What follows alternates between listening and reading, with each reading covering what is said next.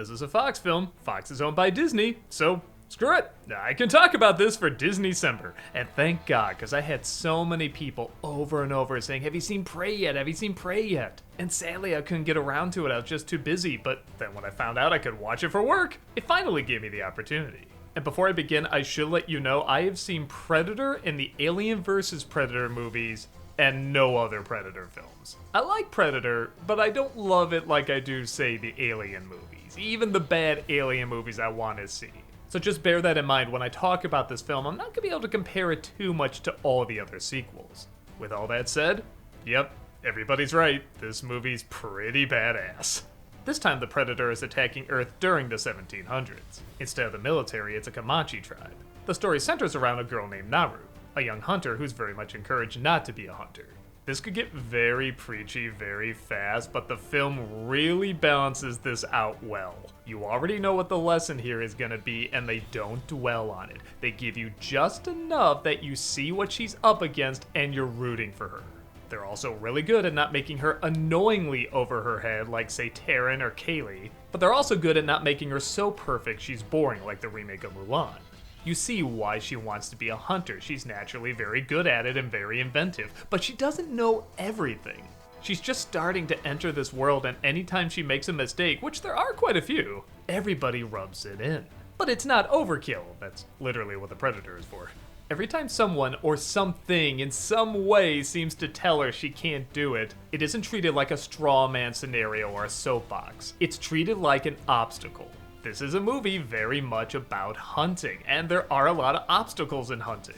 At the end of Alien vs. Predator, I found myself having a really good time because it was just a predator, a human, and an alien, and that's all they were doing. There was no talking, they were just hunting each other. And I love that, and I said, I wish I had a movie of just that. And this is kind of the closest we get. I guess you could say the fur traders are kind of the aliens in this. And I won't lie, every time other characters came into this, I thought it was gonna hurt the film because I did want it to just be her and the Predator. But it quickly dawned on me, then you couldn't see the Predator take out his prey in so many various ways. It is still a Predator movie. We want to see him take out people in a cool way, and he definitely does.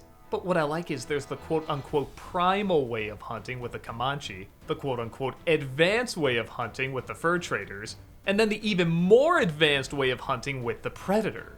I love that's 3 different styles of hunters in this movie, and they all kind of learn from each other or don't learn from each other, and we see the advantages and disadvantages. We see how some evolve, we see how some devolve. I love seeing essentially these 3 different tribes work off each other.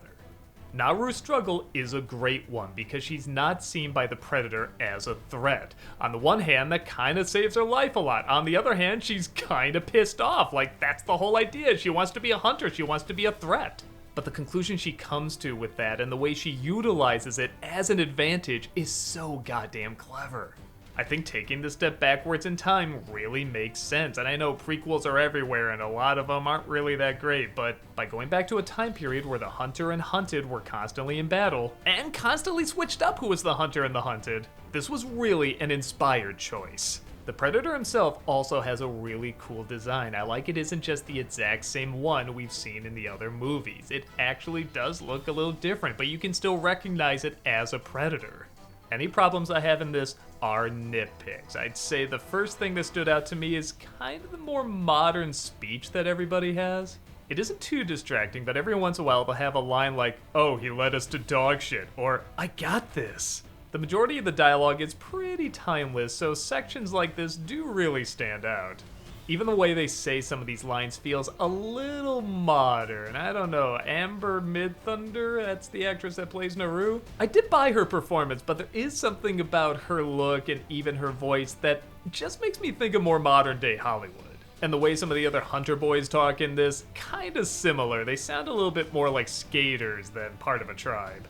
I'll also say the CG is a little hit and and miss, and there's one mistake that the Predator keeps making that just seems a little out of character for him. It has to do with the little 3 laser beams on his helmet. When you see the film, you'll know what I'm talking about, but he literally makes the same mistake twice, and it just doesn't seem like that matches for a hunter that's this advanced. But again, these are nitpicks. I mean, again, it's a Predator movie. There's supposed to be some kind of corny moments and things that don't always add up. You're mainly just there to see something that's really badass and root for the main character, and that's really what I do here.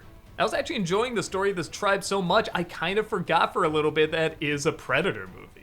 And I think a lot of that comes from not trying to hammer in a message, but rather get across a theme or an idea. Her family doesn't want her to hunt because she's really good at medicine, and they don't think she's ready, and they are concerned for her. It all comes from a place of love.